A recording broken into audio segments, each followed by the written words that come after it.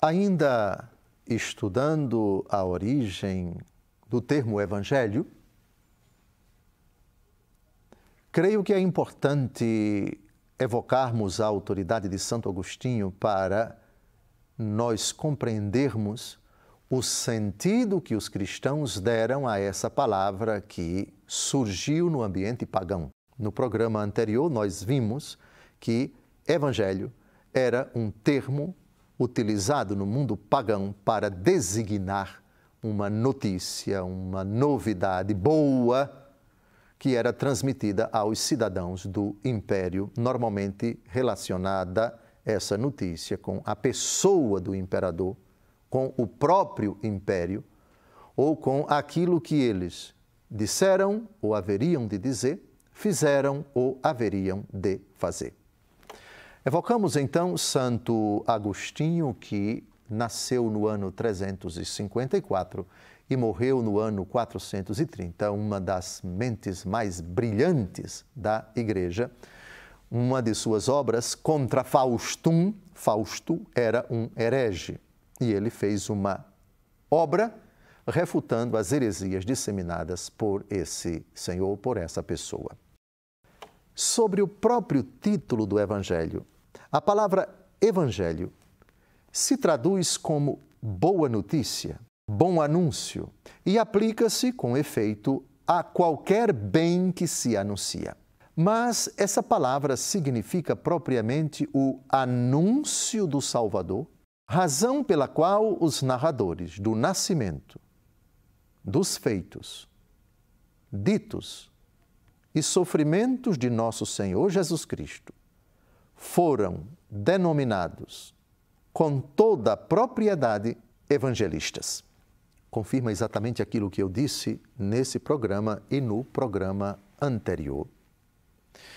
Toda a Bíblia pode ser denominada, num sentido bem amplo, um grande evangelho. O anúncio, a boa notícia de que o Deus de Abraão, de Isaac, de Jacó, interveio, criando, escolhendo esse povo, preparando esse povo para a vinda do Messias, etc. Mas, no sentido estrito,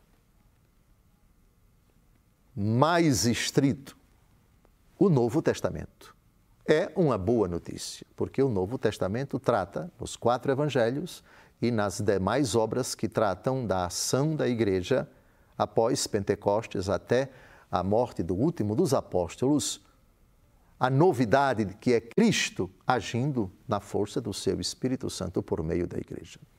Mas, estritamente falando, do Novo Testamento, só 4 livros merecem, e a tradição da Igreja reservou para eles esse título. As cartas de São Paulo são evangelho no sentido amplo.